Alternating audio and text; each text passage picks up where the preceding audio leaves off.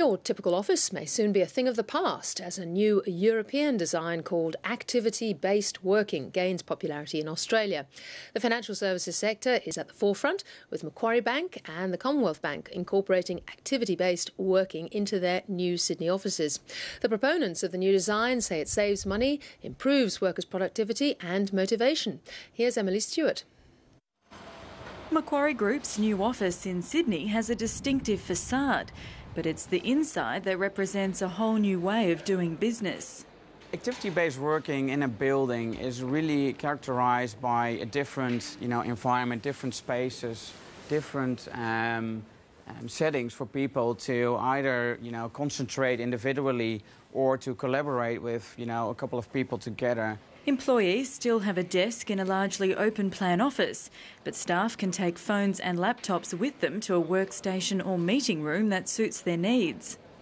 Dutch design firm Veldhoven & Company pioneered activity-based buildings in Europe in the early 1990s, and the concept is catching on worldwide.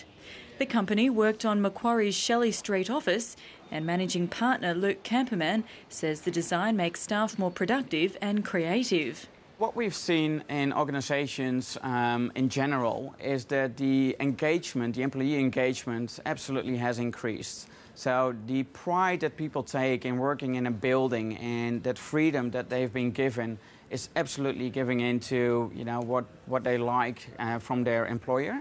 The firm says the design can also save money. The cost benefit in general is that companies are able to allocate up to 10-20% more people in the same building.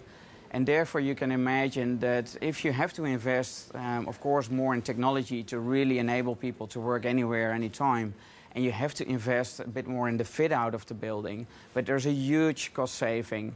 Macquarie Group and development company Brookfield Multiplex commissioned a joint university study to look into the benefits of the building, and it found the cost savings at Shelley Street are real. The study also found that workers are in the top 3% of the Australian benchmark for satisfaction, comfort and overall performance. There was a perceived increase in productivity by the workforce of about 15%, and that was in addition to the savings that the tenant was able to generate in the way that they used the space. That in itself was approximately $10 million per annum or $100 million over the terminal lease. And more creative office design is spreading. The Commonwealth Bank is currently constructing a new office incorporating activity-based working in Darling Walk in Sydney. Google Australia also believes innovative office spaces help generate creativity. Their new offices include a games room and sleeping pods so employees can take time out to refresh their minds. So we've really got different environments around the office that you can use to just take that little bit of time for inspiration to hit you, for you to get away from the everyday flow of emails that is constantly coming through, and just disconnect from that world to try and find the thing that's going to make you think of the next innovation that's going to change the world. Luke Camperman believes the office environment will continue to evolve, with more creative and collaborative spaces certain to change the way people work. What we also see in Europe is that telecommuting, working from home, working from satellite offices, absolutely will see an increase in the next 5 to 10 years. And I also expect the same in Australia.